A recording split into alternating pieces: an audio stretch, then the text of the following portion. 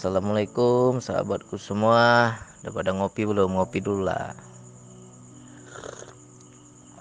Mantap. Jadi ini pertanyaan dari Pak Sulaiman tentang mabuk ketuhanan. Sebenarnya sudah banyak itu video saya buat tentang ciri-ciri mabuk ketuhanan. Cuma nih saya ulang lagi. Ya mudah-mudahan ada tambahan. Karena dengan berjalannya waktu, pemahaman itu kan semakin bertambah, ilmu kita juga semakin bertambah. Ya mungkin nih ada audio kali ini mungkin ada pelengkap lah dari audio atau video yang sebelumnya, ya kan. Jadi saya mau berbagi tentang perjalanan para pencari Tuhan.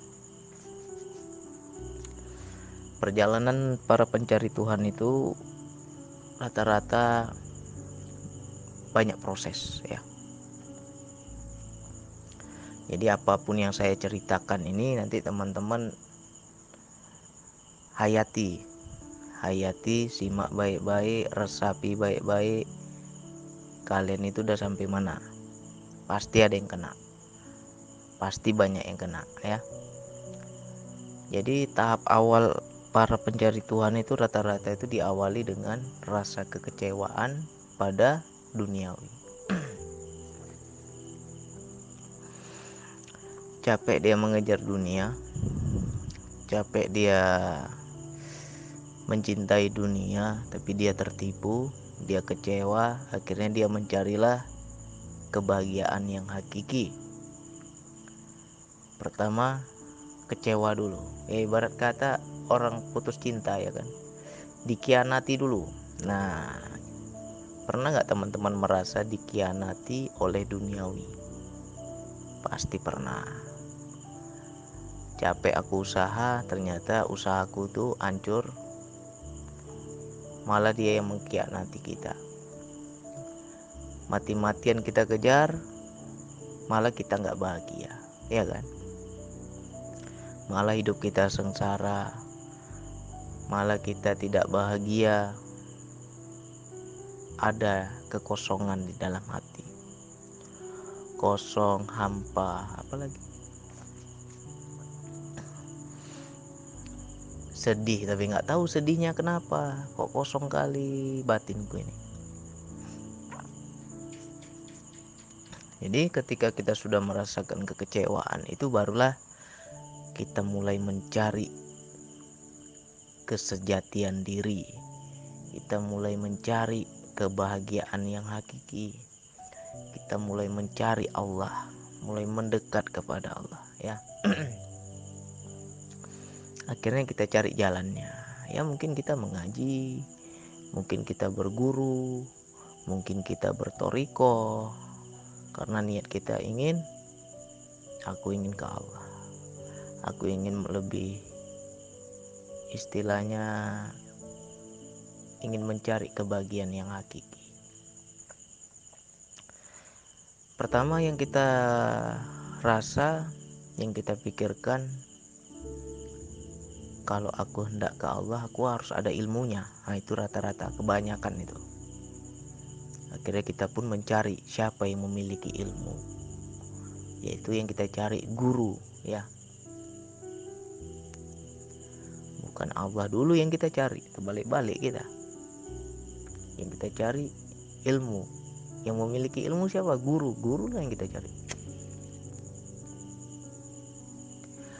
Akhirnya kita berguru, akhirnya kita mengaji.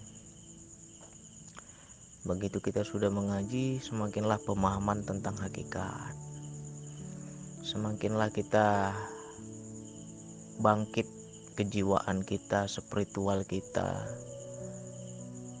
Di situ sudah mulai berilmu, sudah mulai banyak tahu, ya. Ketika kita sudah mencapai yang wilayah hakikat ini, terkadang banyaklah orang terpeleset. Terpelesetnya kenapa? Terlalu asik berhakikat, syariat kita tinggalkan, ya. Pertama dia harus ada cinta dulu, udah cinta baru gila,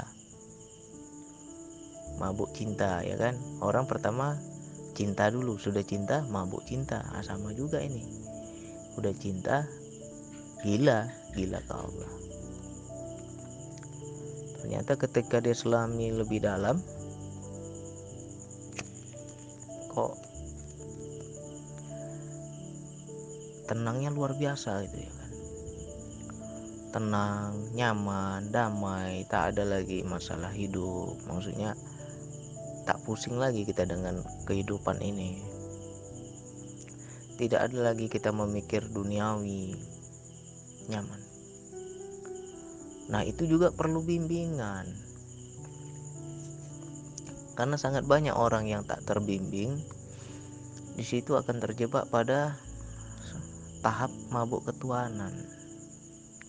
Apa saja ciri-ciri mabuk ketuhanan? Gila berzikir aja dia di kamar. Anak istri telantar, anak istri nggak diopen, nggak dilayani. Gila ke Allah aja dia. Habis itu apa lagi yang lebih parah? Ada yang lebih parah.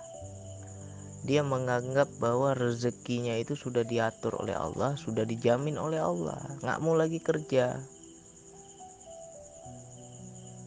Secara duniawi tidak produktif.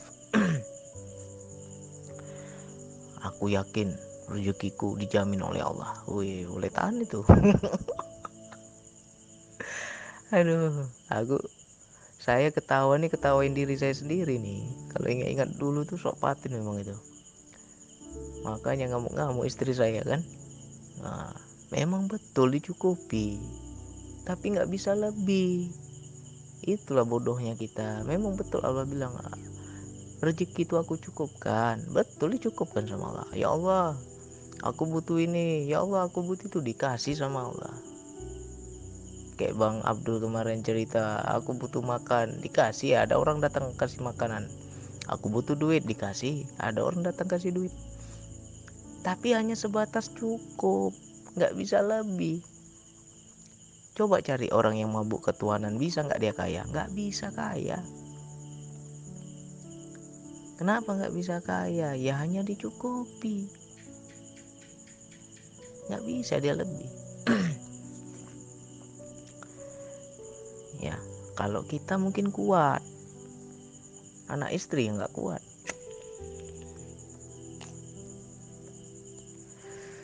Itu sampai segitunya ya bang? Ya bisa sampai segitu.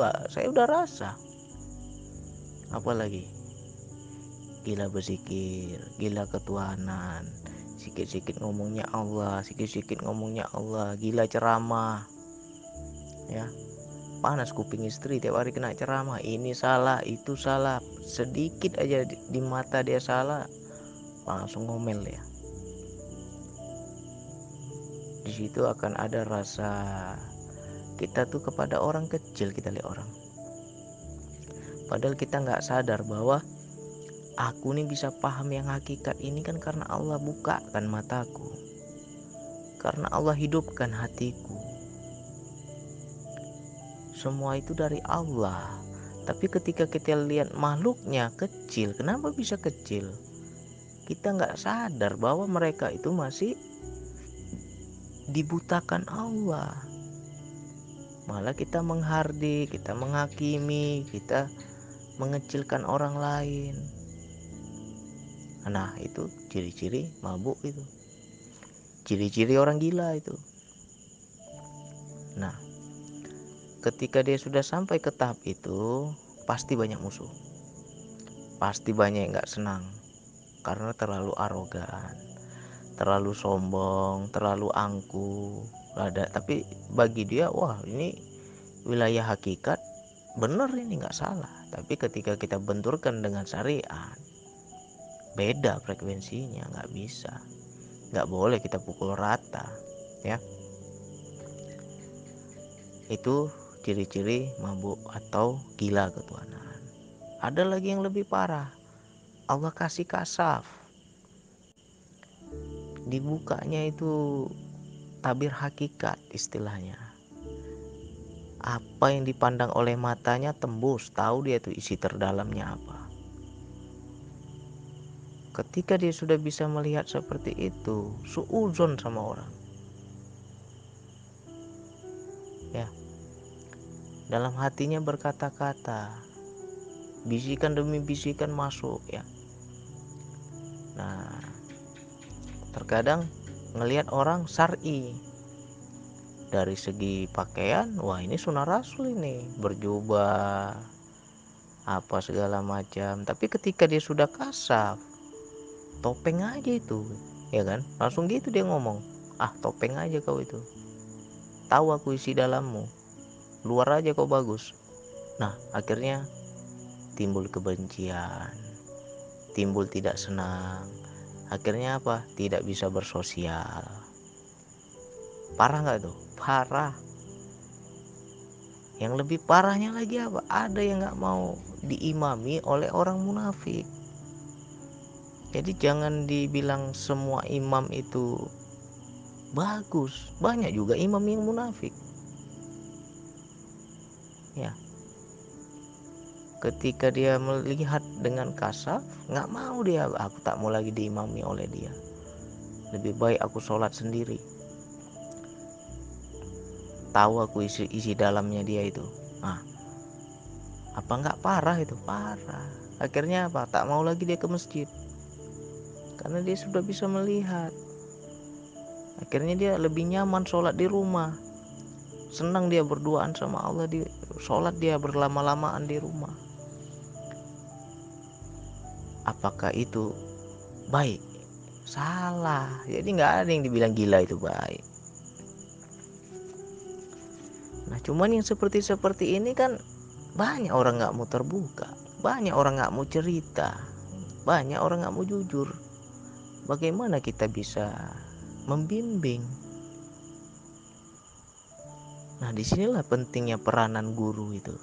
Dulu saya memang sepele, saya, wah aku bisa juga kok sendiri. Nyatanya aku bisa berguru kepada Allah. Tapi ketika saya 2 tahun saya mabuk, 2 tahun saya gila. Setelah saya sudah sadar, ketawa sendiri saya, sok paten aku dulu ya. Makanya ketika saya sudah mengalami itu, disitulah saya mulai keras, saya mulai tegas, saya mulai buka ini. Karena banyak orang yang tersesat, banyak orang yang gak sadar dia itu gila. Kenapa bang? Kok gak bisa terarah? Ya dia gak pernah cerita, gimana kita mau arahkan? Ya, macam saya 2 tahun loh. Nah di sini banyak, yakin saya banyak kawan-kawan yang seperti itu.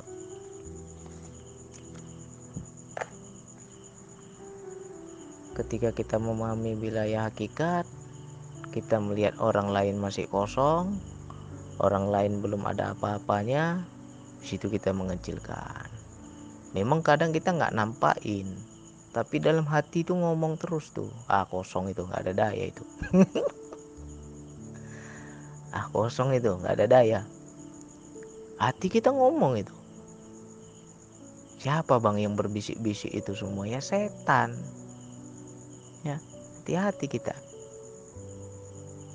Benar itu, baru saya percaya. Orang belajar ketuhanan gak ada guru, gurunya adalah setan. Ya itu yang bisik-bisik itu. Macam-macam dia dibisikin. Nah, makanya ini nanti kalau ketemu Bang Abdullah nih mau ku wawancara, ini orang gila ini. Asik ini kalau kita wawancara orang gila nih kan. Harus kita bongkar ini. Karena apa? Banyak di luar sana yang gila, gak paham dia sedang gila.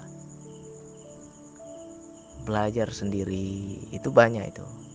Orang yang belajar sendiri pasti dia tidak ada tempat konsultasi, tidak ada tempat untuk bertanya, tidak ada tempat untuk bercerita.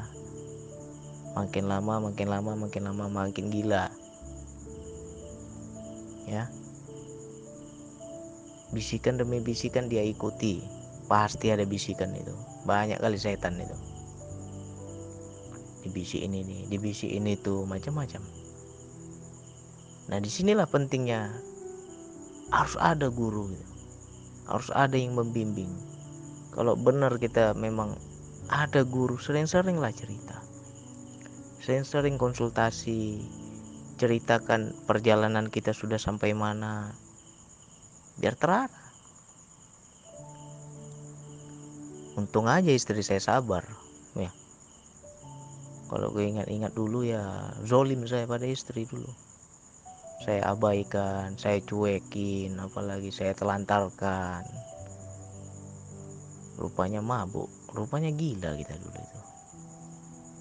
Makanya setelah udah sadar, istri baru bilang, dulu kau saya nasihati nggak dengar, abang dulu saya bilangin nggak dengar, nah, sekarang baru tahu abang kan. Iya ya, gila saya dulu ya. Ya mana orang gila mana sadar dia gila ya kan. Nah ini memang kita ngomong enak, ketawa-ketawa kita ngomong, tapi itu sesuatu yang fatal itu. Banyak orang yang seperti itu tapi nggak sadar. Yang lebih parahnya itu ya merasa dicukupi oleh Allah, itu bahaya. Akhirnya apa? Nggak mau berusaha, nggak mau kerja, asik gila zikir aja di rumah, asik gila sholat aja di rumah. Ya, memang betul Allah kirimkan makhluknya. Ya Allah, aku butuh rokok ya Allah hari ini. Nggak ada rokok aku hari ini. Datang orang kirim duit, kasih uang.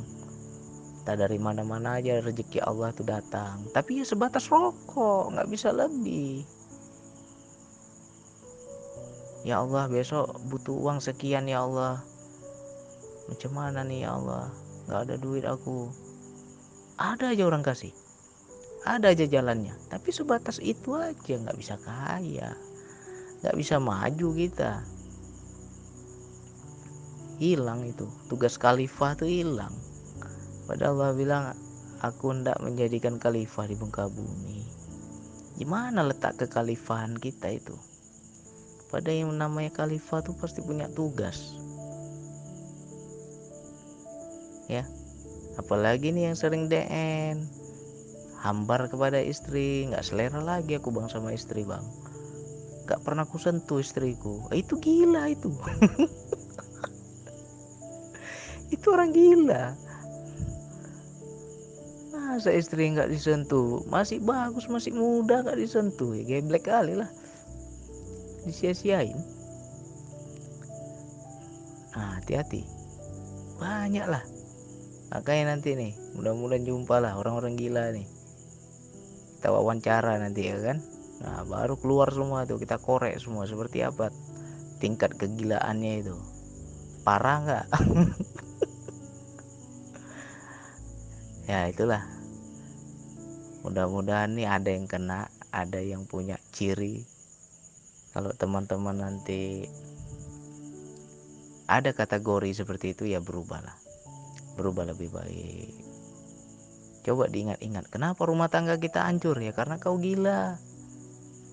Kenapa istrimu kabur? Karena kau gila. Macam-macam.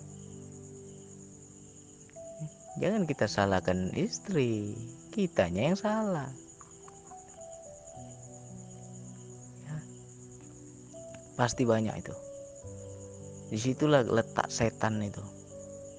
Dibuat kita nyaman pada satu titik, dibuat kita nyaman pada ketenangan, sehingga kehidupan kita berantakan.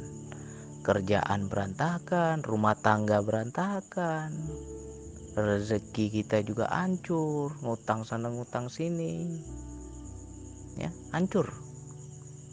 Jangan kita salahkan Allah, ya salah kita sendiri. Kita yang terlalu hanyut. Kita kira bagus, nyatanya itu jebakan setan itu. Jadi mudah-mudahan kalau teman-teman punya pengalaman ya sharing-sharing lah. Pasti ada yang kena ini. Oke, sekian dari saya. Wassalamualaikum warahmatullahi wabarakatuh.